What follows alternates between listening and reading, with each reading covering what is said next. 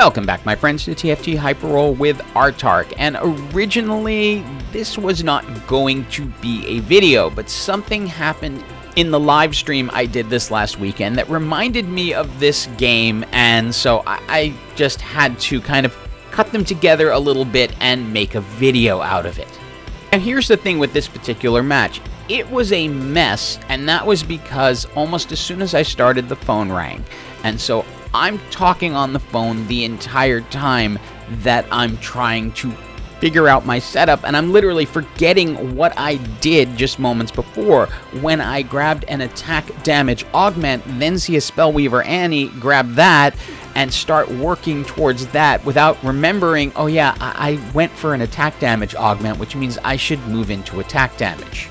And I'm going to jump straight to the second set of augments. See my score. I have lost every single match, and you'll see why in a moment. I don't have a headliner yet.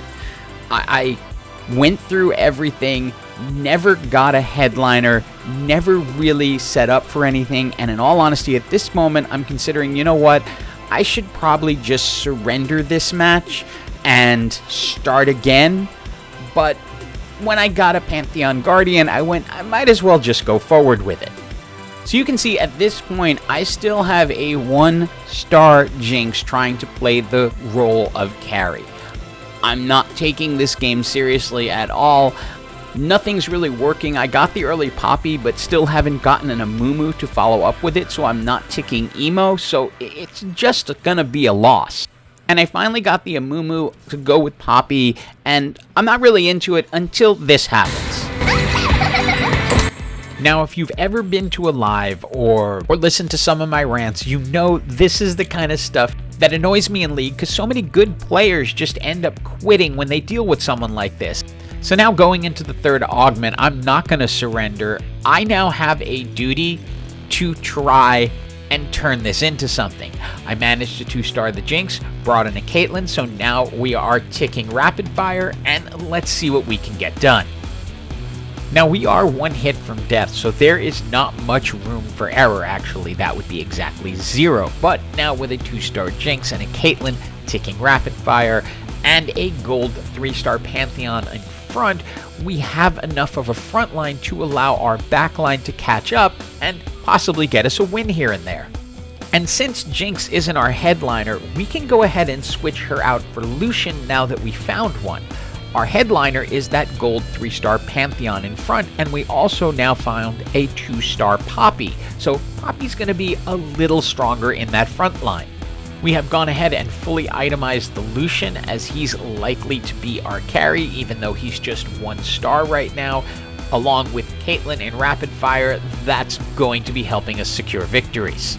And you can see the tide is turning quickly. Having that Anima Visage on Poppy certainly is not hurting at all because Poppy can hold a lot of stuff down, but now we have proper damage. And over to an item choice, as we're getting to a point in the game I never thought I would get. We can get a Rage Blade for Caitlyn. Notice we also have a second 2-star Poppy hanging out on the bench right now.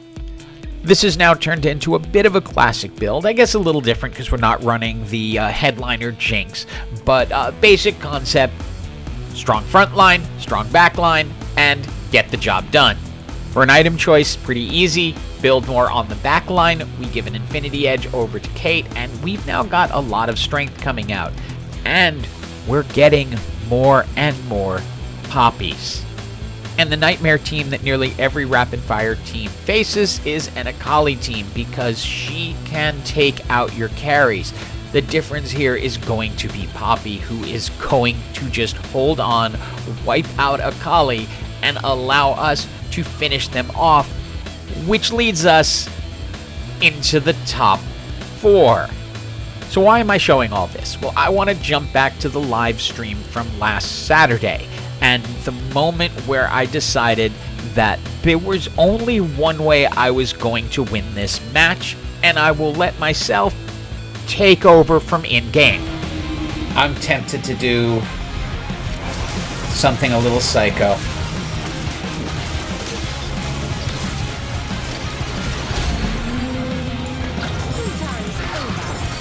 You know what?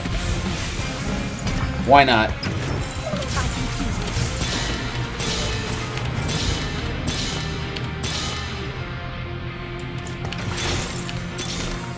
Give me another poppy. Careful. This pack's a wallop.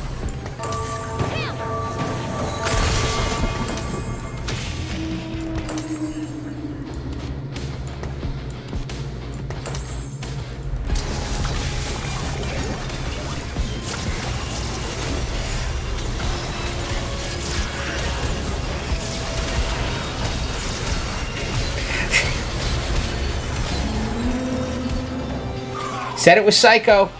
And that reminded me of this match for obvious reasons that will become even more clear as we go, but I think you can figure it out by now. I thought I was done in this one. I really did, until that person decided to come in and laugh at the build quite so openly, just taunting. And then I decided to take it seriously. And we will jump back and forth in these matches because in this game I had not yet hit the top 4, but with a 3-star Poppy I had a pretty good idea of which way it was going. You can see Poppy just doesn't care. She's going to knock everything out. And in the main game we haven't reached the 3-star Poppy yet, but the 2-star Poppy, well, two 2-star Poppies, along with the 2-star Lucian and Caitlyn, they are doing a fantastic job of keeping us alive, even against comps that you would think would be able to beat us, but not so fast.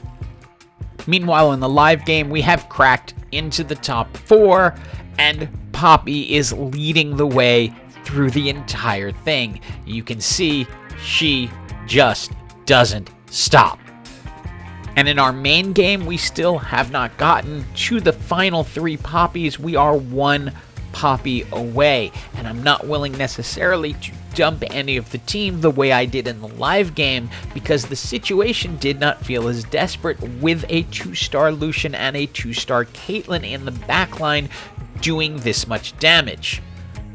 In the live game, I'm actually being accused of bullying the other teams at this point simply because nothing is going to get through a Poppy that has an Infinity Edge Rage Blade and is also a punk. In this case, she is just nearly pure damage, where in the other game, she is a tank. And very soon after this, our Ghost team beats the other team that is in the background, and everyone is out, and it's GG for everyone for the live game. Back to the main game, we're down to the 1v1, and we get the gold 3-star Poppy without having to sell everything and dive in at the end. And it's the same team we have been fighting against and beating them with the 2-star Poppies. So I'm feeling fairly confident going into this. I just brought in Katarina because it was the only champ I could afford at that point. But this front line, yeah, it's pretty strong. And this time it's Tank Poppy, and even Tank Poppy can do a ton of damage at 3 stars. But you can see it's not quite as effective as the Punk Poppy from before in terms of just destroying things, but it's still her who wins this match for us, and GG for everyone. Hope you enjoyed this video. Go for 3-star Poppies if you can get them, and as always, have an absolutely awesome day.